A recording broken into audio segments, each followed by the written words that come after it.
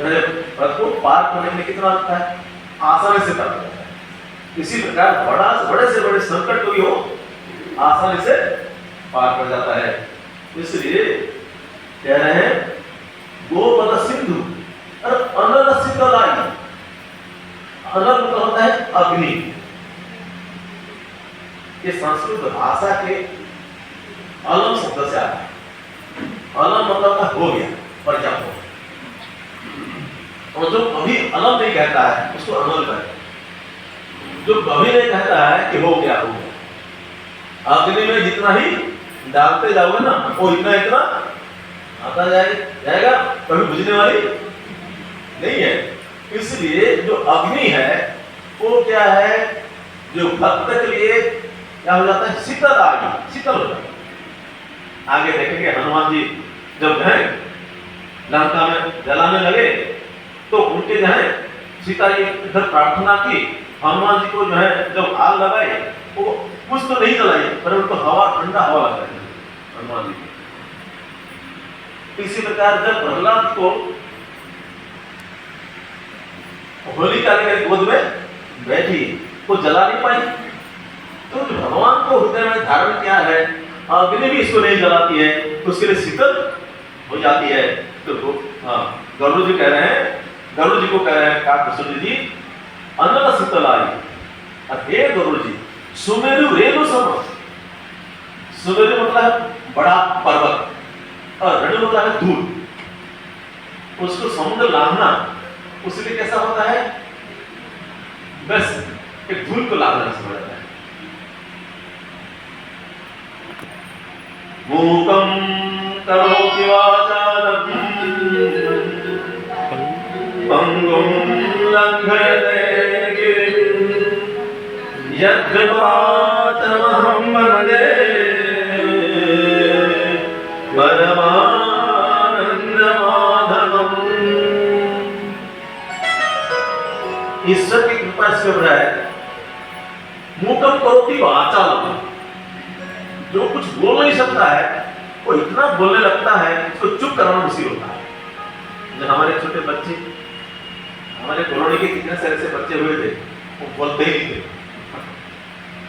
सभी माता पिता को लग रहा था कब बोलेगा कि नहीं बोलेगा। कितने सारे ऐसे हैं हमारे कॉलोनी में, और अभी इतना बोलने लगे उनको चुप कराना मुश्किल है। तो इसलिए मूकं करोति वाचालम, इसका दोनों संस्कृत भाषा में मूकं करोति वाचालम और फिर वाचालम मूकं करोति, दोनों का समान मतलब है। वाचालम मूकं करोति मतलब है जो ज्यादा बोलता है, भगवान की कृपा होती है वो चुप हो जाता है। तो भगवान की कृपा है, ज्यादा बोलने वाले चुप हो जाए, बड़ी कृपा है। तो मूकं करोति वाचालम पंगुं लंघयते गिरिं, जो लंगड़ा है कोई पहाड़ को चढ़ जाता है, पार कर जाता है। तो इसको कह रहे हैं पहाड़ को पार कर जाता है। और यहाँ पे क्या कह रहे हैं काकभूषण जी, गरुड़ को क्या कह रहे हैं, गरुड़ जी को कह रहे हैं उसके लिए पहाड़ जो है धूल के समान है, उसको पार करना इतना आसान है। वो पार करने के समय किसी को कभी लगता है कि बहुत बड़ा काम करो, उस स्ट्रेंथ किसी प्रकार का तनाव उसको नहीं होता है। बड़ा बड़ा काम करता है, कोई तनाव उसके मन में नहीं होता है, आराम से होता है। बड़ा बड़ा काम बहुत आराम से, कोई तनाव मन में नहीं होता है। तो इसी प्रकार सुमेरु रेणु सम ताहि राम कृपा कर चितवा जाहि। और इसी प्रकार गोस्वामी जी बताए, आगे कह रहे हैं अति लघु रूप धरे हनुमान। हनुमान किस आकार से घुस रहे थे, अभी भी क्या बोले अति लघु रूप बोले, उससे वो छोटा हो गया नहीं, बीच में बड़ा हो गए थे वो। लंकिनी को मारने के समय फिर बड़ा आकार धारण कर लेते। लंकिनी इतनी ऊंचा थी, उससे और ऊपर जाके होंगे तब हमारे होंगे हुक्का, उससे और बड़े होंगे तब हुक्का मारे होंगे। ये तो सिर में कैसे मारेंगे, इससे लंकिनी से भी बहुत बड़ा हो गए थे, उसको हुक्का मारे थे, इतना बड़ा आकार धारण किए थे। और इसके बाद फिर छोटा, जब चाहे बड़ा और जब चाहे छोटा। कल देख रहे थे, जो भी जीवन में सफलता प्राप्त करना चाहता है, शांति प्राप्त करना चाहता है, तनाव से मुक्ति पाना चाहता है, उसको ये कला आनी चाहिए, ये सिद्धि इसके पास होनी चाहिए। शरीर से बड़ा, शरीर से छोटा नहीं। हमारे अंदर हमको पुरुषार्थ करना है, कब हमको झुक जाना है, समाज के सामने कब झुकना है और कहाँ पे झुकना नहीं है, उसको सीखना चाहिए। देखें समुद्र का उदाहरण लहर, तो क्या कह रहे हैं, हनुमान जी अति लघु रूप धरे हो माना, बैठा नगर सुमिरी भगवान। बार बार आगे आते भगवान का स्मरण करके लंका नगरी में प्रवेश कर रहे हैं। वास्तविक संसारी लंका नगरी है, ये रावण की नगरी है, हमारा शरीर ही लंका नगर है। इसमें सीता जी हमारे मोह रूपी रावण के कैद में है। सीता जी है, राम जी है, लेकिन राम जी सीता जी का वियोग है हमारे अंदर, हम इसको अनुभव नहीं कर पा रहे हैं। तो सीता जी हमारे सीता रूपी जो शांति रूपी सीता है, हमारे हृदय में मोह के कैद में सीता है। तो इसीलिए कब छोटा होना है, कब बड़ा होना है, हमको जो है जानना चाहिए, और तब हम आगे बढ़ पाएंगे। तो यहाँ पे क्या कह रहे हैं, बैठा सुमिरी भगवान, भगवान का स्मरण करना, चाहे छोटे हैं कि बड़े हैं, चाहे झुके हुए हैं कि उठे हुए हैं, दोनों हालात में भगवान को भूलना नहीं। तो कह रहे हैं बैठा नगर सुमिर भगवान, इधर लंकिनी भी कहीं भगवान का स्मरण करते हुए अंदर जाओ, सुरसा भी बोली भगवान का स्मरण करते हुए अंदर जाओ। इसी प्रकार है, वो लोग भी बार बार उपदेश दे रहे हैं, और हनुमान जी भी बार बार विचार करते हैं, बार बार भगवान का स्मरण करके आगे बढ़ते हैं। आगे फिर हनुमान जी आगे गए सीता जी का खोज करने के लिए। मंदिर मंदिर प्रति करी शोभा, देखे जहाँ अगनी जोधा। वो मंदिर ढूंढने लगे, इस मंदिर में असुर कहाँ मिलेंगे। वो सोचे सीता कहाँ, सोचे कि मंदिर में सीता मिलेंगे, सीता ही मिल जाएगी। मंदिर में सीता नहीं मिली, कौन मिले, सब असुर लोग मिले। मंदिर प्रति करी शोधा, देखे जहां तहां अगनित जोधा। मंदिर में ही आतंकवादी लोग घुस करके वहां रहते हैं। जैसे हमारे कभी स्वर्ण मंदिर में कभी तो इसी प्रकार है लंका में मंदिरों में भी कौन थे, असुर लोग। अच्छा, यहाँ पे मंदिर का तात्पर्य क्या है, ऊंचे महल। जैसे मंदिर ऊंचा होता है ना, मंदिर ऊंचा होता है, तो रावण के जो महल, असुरों के जो महल थे बहुत ऊंचे थे, इसलिए मंदिर का है। और बाकी जब विभीषण का है ना, उसको भवन कहेंगे। मंदिर प्रति करी शोधा मतलब खोज की, शोध मंदिर में खोज किए, मतलब है सभी घरों में खोज किए, महलों में खोज किए, देखे जहां तहां अगनित जोधा, अनगिनत योद्धा है वहां पे। फिर है और पता लगाते किसी को पूछे तो नहीं, छोटा सा आकार बने हुए हैं, किसी को पता भी नहीं चलता है। रात में प्रवेश किए हैं, कोई जानता भी नहीं, सब जगह में घूम रहे हैं। फिर अनुमान लगाते कौन सा रावण का महल होगा, वहां है गए वो दशहरण मंदिर माही, दशहरण के मंदिर में गए। अभी यहाँ पे ना भोपाल में बिरला मंदिर कहते हैं, हरिद्वार में बिरला मंदिर कहते हैं। बिरला मंदिर है क्या, कहते हैं बिरला मंदिर, बिरला ने बनाया इसलिए इसको कहते हैं बिरला मंदिर। अभी लक्ष्मी नारायण जी होते हैं, लक्ष्मी नारायण जी का मंदिर बोलना चाहिए। इसी प्रकार ये जो रावण बनाया इसलिए रावण का मंदिर है। दैव दशहरण मंदिर माही, अति विचित्र कहीं जात सुना। रावण का जो मंदिर है, मतलब जो महल है, उसका वर्णन नहीं कर सकते, कितना वैभवपूर्ण था, कितना समृद्ध था। और फिर शरण किए देखा किते, और वहां पे हनुमान जी देखे कितने लोग सो रहे, रात हो गया है, रात में पार्टी बनाए हुए हैं, सब इधर उधर पड़े हुए हैं, उसको शराब पी के पड़ा हुआ है, इस प्रकार यहाँ पड़े हुए हैं।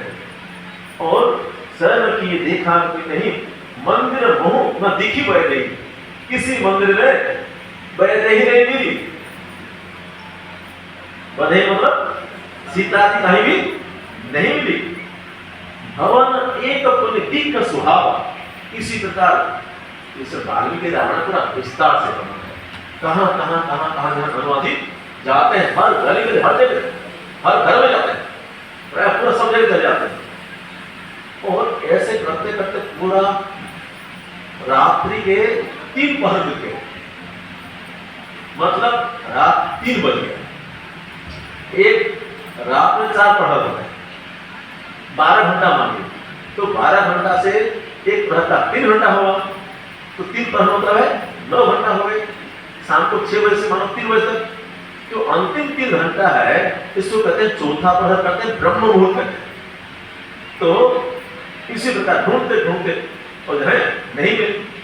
तो वाल्मीकि रामायण में वर्णन आता है कि बहुत सारे स्त्रियों को वहां देखे, बहुत सारे स्त्रियां कोई अर्ध ठीक से पहले नहीं है और वहां पे पड़े हुए हैं, सब नगर में गए, सबके बेडरूम में भी गए।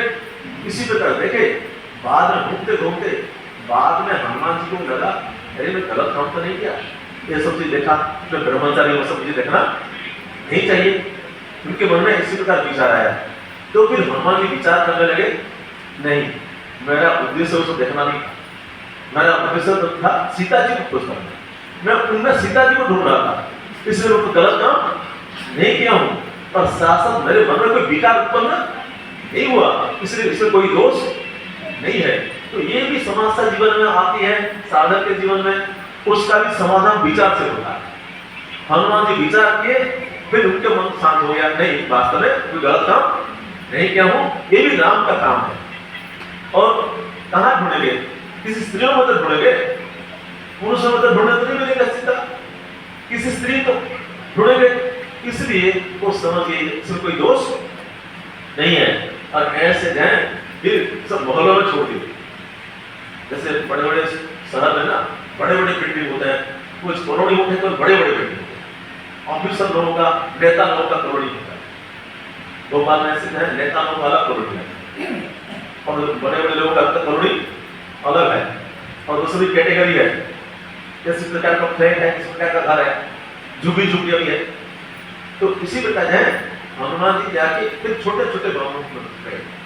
ऐसे जाते जाते क्या देखे, भवन एक पुरी का स्वभाव, और एक घर देखे, मंदिर नहीं देखे, लेकिन घर देखे बहुत सुंदर है। हाँ, जहां विभीषण जी का घर बहुत सुंदर है। भवन एक पुरी का स्वभाव, स्वभाव मतलब सुंदर, ये सुंदर बार बार आता है, सुंदर शब्द बार बार पहले लिखते थे। तो स्वभाव मतलब सुंदर, एक सुंदर घर थे। और हरे मंदिर भिन्न बना, लेकिन उनके भवन में मंदिर है। उसमें क्या था, मंदिर में ढूंढ रहे, ये भवन में मंदिर है, अपना घर है, छोटा सा घर भले ही है, लेकिन भवन का स्थान। और बड़े बड़े महल में कभी ऐसा होता है पूजा का कमरा नहीं होती, बोर्ड बड़ा बनाए हैं, फिर पूजा का कमरे नहीं बनाए हैं। जो बाथरूम है वो कितना बड़ा बड़ा बना लिए, और भगवान के लिए जगह कहीं पे बनाए नहीं। लेकिन यहाँ पे एक साधारण सा घर में कहा विभीषण जी है, और भवन एक प्रतीक स्वभाव, हरे मंदिर था भिन्न बनावा, और घर में अलग करके बनाए मुझे, क्योंकि जो मंदिर की पवित्रता बनी रहती है। जो मंदिर घर में जो बनाते हैं पूजा का कमरा, उसके में गलत कोई चीज अंदर में नहीं लेते हैं। तो एक सुंदर छोटा सा मंदिर है बना हुआ है, भिन्न बनावा। फिर उस भवन के सामने में देखे रामायुध अंकित गृह, उनके घर में भवन में रामायुध का अंकित हुआ है। अंकित हुआ मतलब उसमें धनुष बना हुआ, राम जी का आयुध, आयुध मतलब अस्त्र, राम जी का जो अस्त्र है वो धनुष है। एक सुंदर धनुष में बना हुआ है, और धनुष देखने से हनुमान जी को तो राम जी वही आ रहा है, इसलिए राम जी का ये आयुध है। नहीं तो यहाँ पे आयुध क्यों रहेगा? तो एक तो है हनुमान धनुष का चित्र बना हुआ है, जैसे हमारे ये वाले बिल्डिंग को देखा ओम लिखा है, हमारे घर में ना ओम लिखा है ना, ओम लिखा है क्या? ओम लिखा है, इसी तरह वहां पे धनुष था। तो रामायुध अंकित शोभा वर्णन चाहिए, उस घर की शोभा का वर्णन नहीं कर सकते। एक पवित्र वातावरण जो होता है उसका वर्णन नहीं कर सकते। और जो भक्त है, भक्त को भक्ति संबंधी चीज को अच्छा लगता है। तो हनुमान जी देखे घर की भव्यता, सुंदरता, बड़ा और भले ही नहीं है, बड़ा मंदिर से ऊंचा नहीं है, साधारण सा भवन है, छोटा सा मंदिर भी है, और साथ साथ उसके हृदय में शुद्धता है। और क्या देखे, नव तुलसी का वृंदतः, नव तुलसी का, नव तुलसी का मतलब है तुलसी का पौधे अभी कुछ दिन पहले लगा, बड़े बड़े नहीं हुए, नए नए लगा हुआ। उसका मतलब है घर में आए व्यक्ति। तो कभी कभी क्या होता है, बहुत दिन से आदमी है ही नहीं, लगा के चला गया, वो पेड़ सूखे हैं, पानी पी देने वाला नहीं है, लेकिन अभी नए नए लगे हुए, मतलब है अभी अंदर होंगे, जो भी लगा होगा अंदर होगा। नव सुलित का तुलसी का वृंद, वृंद मतलब है एक पौधा नहीं, अनेक सारे पौधे लगे हैं। रामायुध अंकित ग्रह शोभा वर्णन जाई, नव तुलसी का वृंदतः देखी हरस कपिराई, के देख करके कपिराई, कपिराई मतलब है कपियों के राजा, कपिराई मतलब होता है कपियों के राजा, कपींद्र। ये हनुमान जी को राजा बने, फिर कपिराई क्यों कह रहे हैं इनको? वो कभी राजा नहीं बने, राजा बनाए। किसको? सुग्रीव को बनाए, विभीषण को बनाए, राम जी को बनाए, सबको राजा बनाए। इसलिए कहता है किंग मेकर्स, राजा कभी नहीं बने, सबको राजा बनाए, इसलिए राजाओं के राजा है। भले ही सिंहासन पर बैठे या ना बैठे, राजाओं के राजा है। और दूसरा है हनुमान जी सबके हृदय में राज करते हैं। जो सबके हृदय में राज करता है वो राजा है।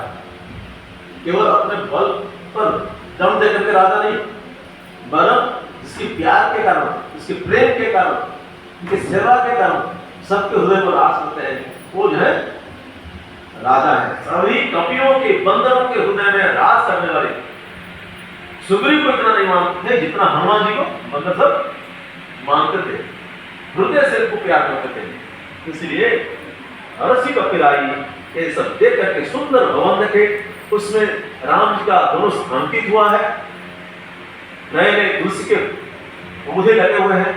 एक देख करके हनुमान जी प्रसन्न हो गए। और फिर आगे क्या कि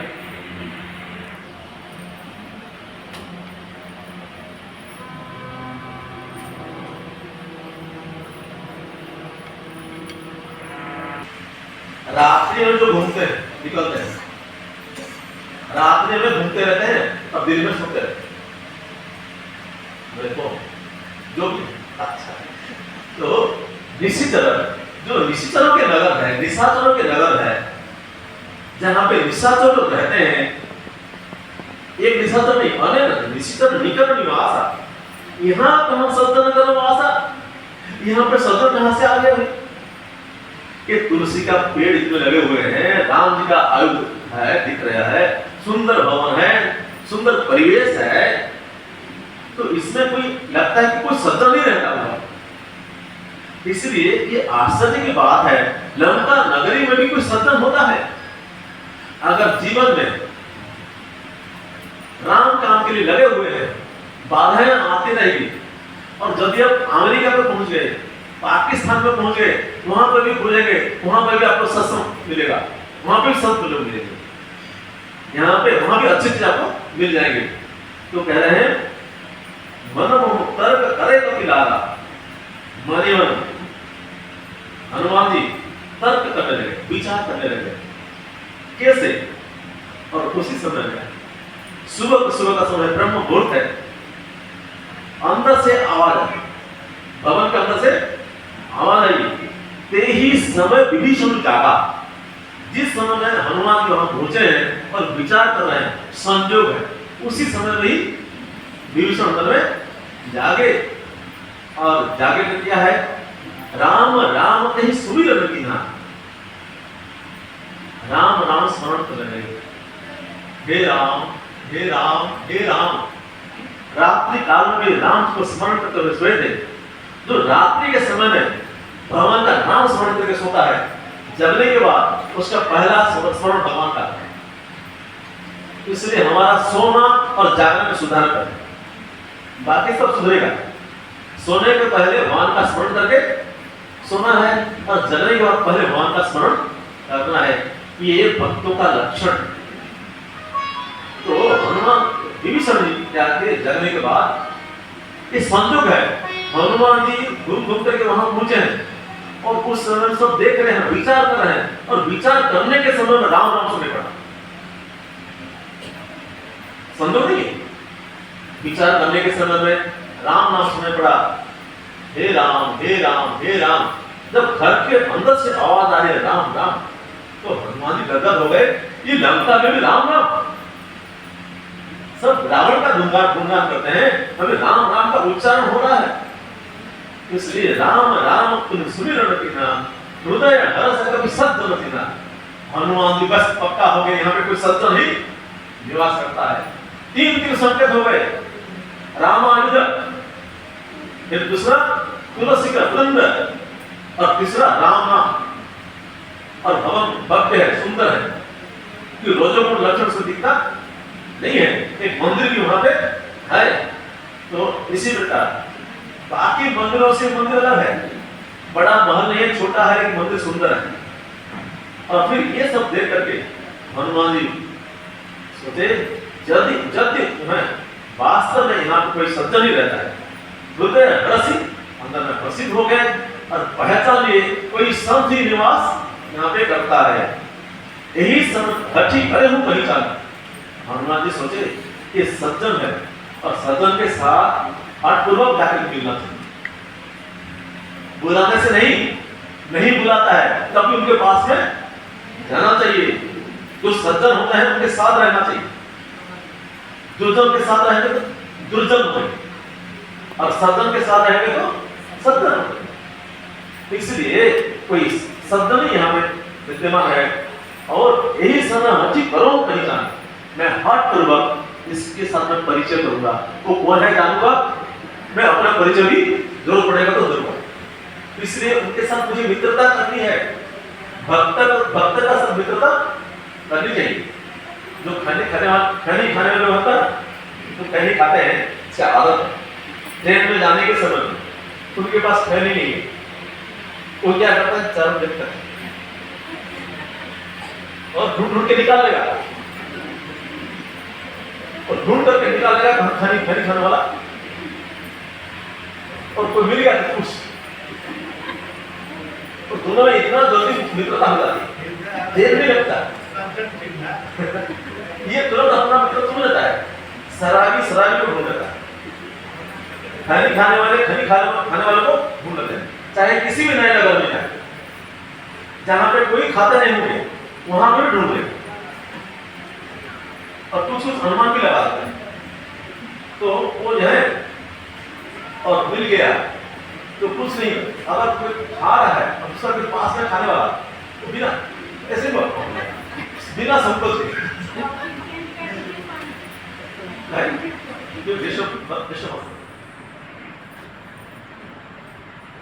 तो इसे क्या सीख रहे हैं, देखो क्या उदाहरण नहीं। सज्जन को क्या करना चाहिए, तो ढूंढना चाहिए। अगर एक खैनी खाने वाला ढूंढ सकता है और आप ढूंढ नहीं पाते, वही कह रहे हैं, हम ढूंढ नहीं पाते हैं। कहते हैं सत्संग नहीं मिलता है, मिलने से जाते नहीं है। फिर अगर खैनी खाने वाला होता है ना, पास में जाते, अगर वही खैनी खाने वाला होता, बहुत सारे खैनी खाने वाले पास आ जाते। बहुत सारे ऐसे ऐसे जगह पे ना लोग चिदम करते हैं, बहुत सारे आश्रम में कुछ उनके पास में ऐसे ही लोग पहुंच जाते हैं सब, रोज शाम को लगता है। भोपाल में एक साथ है कबीर संस्था के एक है, तो घूमते घूमते एक बार हम वहां जाके पहुंचे। मैं थोड़ा घूमता था, अकेले घूमता था, घूमते घूमते वहां पहुंच गए। तो देखा कि अच्छा जगह है, लिखा हुआ है कबीर का आश्रम लिखा हुआ है। तो वहां पे मैं चलो जैसे यही सुना ठीक करियो वही चल, मैं भी सोचा अच्छी जगह है चलो। जब वहां गया तो उसके बाद वहां पे ऐसे लोग थे है नहीं। उसके बाद में मैं वहां गया तो कोई कुछ नहीं बोले। वहां पे थोड़ा सा ऊंचा जगह था, मैं अपना बैठने के लिए गया, एक चीज आए कहाँ बैठा है और जाए वो ले रहे थे, आगे ठीक आगे बैठ गया। फिर खैनी है आ रहे थे, मुझे बोले लीजिएगा, लेकिन नहीं लगा। तो कहाँ है, तो पास में जाना। पूछा मुझे कि है ब्राह्मण हो, पूछा पास में, बोले कि नहीं। चमार हो, बोले कि नहीं। पूछता क्या, नहीं। बोले क्या हो, बोले कि मैं तुम जो हो मैं कुछ लोग जात पूछते हैं, खैनी खा रहे हैं, अपने पैसा ढूंढ रहे हैं। तो कहने का तात्पर्य है कि हम जैसे होंगे ऐसा हमको मित्र मिलेंगे, और ढूंढ करके हम पहचान ही लेंगे और हमको पहचान ही लेगा। लंका नगरी में भी आपको विभीषण मिलेंगे।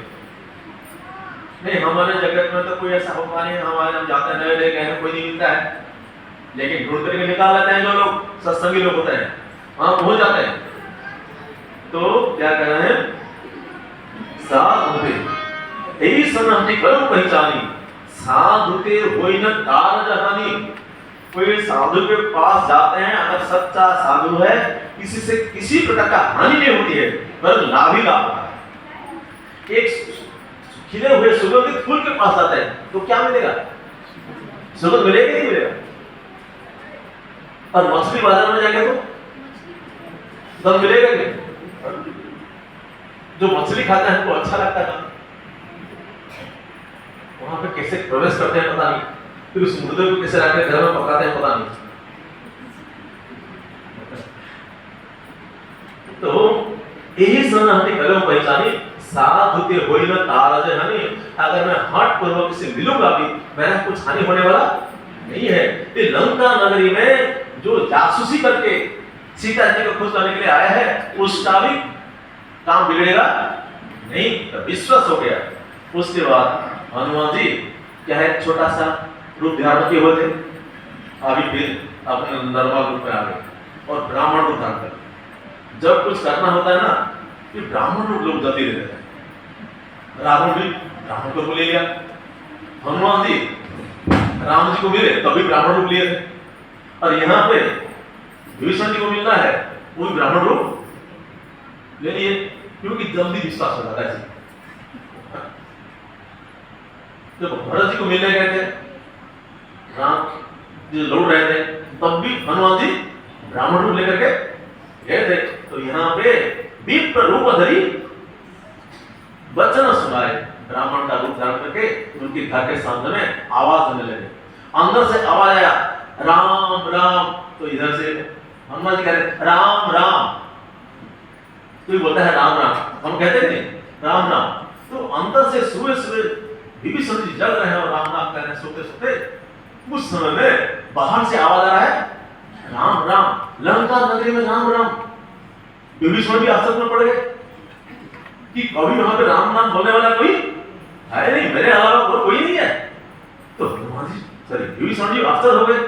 सुनो तो विभीषण उठी कहां है, जैसे विभीषण जी सुने वहां से उठ के आगे बाहर आ गए और करी प्रणाम पूछी कुशलाई, बोले कि आके के प्रणाम किए, ब्राह्मण देवता प्रणाम किए और पूछे आप ठीक ठाक तो है ना। रावण का नगरी में राम नाम लेने वाले आप ठीक तो है ना, इसलिए कुशल पूछे। और फिर विप्र बहुरी जो कथा बुझाई, और मुझे तो आश्चर्य हो रहा है यहाँ पे कोई राम नाम ले रहा है, और सुबह सुबह ब्रह्म मुहूर्त में जहां पे सब असुर लोग सोते रहते हैं, राजसी लोग रात में सोते रहते हैं, देर में सोएंगे और देर में उठेंगे। जो सात्विक लोग होते हैं जल्दी सोते हैं और जल्दी उठते हैं। तो सुबह सुबह कोई जब तक के राम नाम ले रहा है, इधर से राम नाम भी सुनाई पड़ रहा है, तो ये आश्चर्य हो गए। विभीषण तुरंत उठ गए और वहां से पहुंच गए, उनको प्रणाम किए और फिर विप्र बहुनी कथा बुझाई। हे ब्राह्मण देवता, आप कृपा करके आपके बारे में बताइए, आप कैसे यहाँ आए, कैसे कैसे आए, आपके बारे में मुझे बताइए।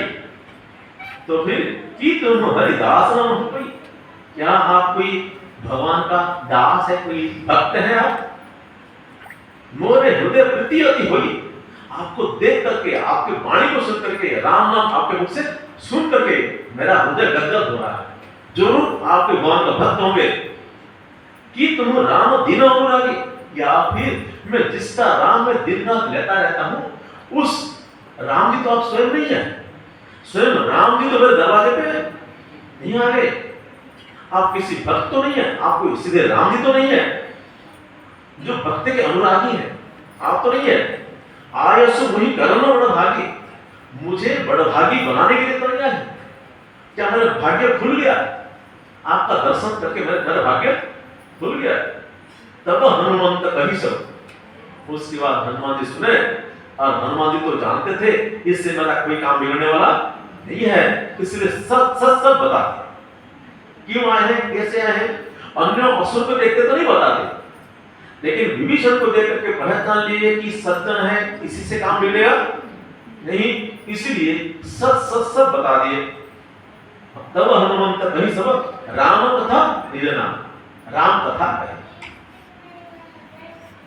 मतलब है राम कथा कितना विस्तार है पता नहीं। लोग राम कथा कहते हैं, भागवत कथा कहते हैं, तो हनुमान जी पूरा कथा कहने लगे, पूरा विस्तार से बता दिए और अपना नाम भी बता दिए। और फिर मतलब है बता दिए मैं राम जी का भक्त हूं, राम जी का सेवक हूं, राम जी का काम करने के लिए आया हूं, सीता जी का खोज करने के लिए आया हूं। सुनत जुगल तन पुलक मन, ये सुन करके ये विभीषण के शरीर पुलकित हो, रोंगटे खड़े हो। सचमुच भगवान मेरे दरवाजे पे आ गए, भगवान के भक्त मेरे दरवाजे पे आ गए। और फिर मन मगन सुमरी बोलगा, उनका मन मगन हो गया। हनुमान जी कथा कहे तो कितना आनंद आएगा। स्वयं हनुमान जी राम जी की कथा कह रहे हैं, तो विभीषण को कितना आनंद मिला होगा, राम के भक्त को, वो मगन हो गए। आगे कस्य दुःखभाग्भवे असतो मा सत्यमय तमसो मा ज्योतिर्गमय मृत्युर्मामृतङ्गमय। ॐ पूर्णमदः पूर्णमिदं पूर्णात् पूर्णमुदच्यते पूर्णस्य पूर्णमादाय पूर्णमेवावशिष्यते। ॐ शान्ति शान्ति शान्तिः। हरि ओम श्री गुरुभ्यो नमः। हरि ओम। वो समधीरहित तुम समान रघुवीर, अस विचार रघुवंश मणि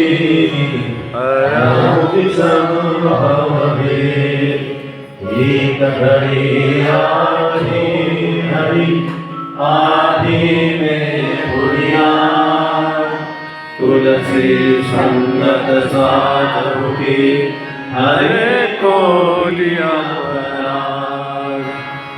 श्याम रामचंद्र ज्ञान की जय, सुत हनुमान की जय, महापति महादेव की जय, और कृष्ण भगवान की जय, भाई सब संतन की जय, गुरुनाथ महाराज की जय। ओम नमः पार्वती पते हर हर महादेव।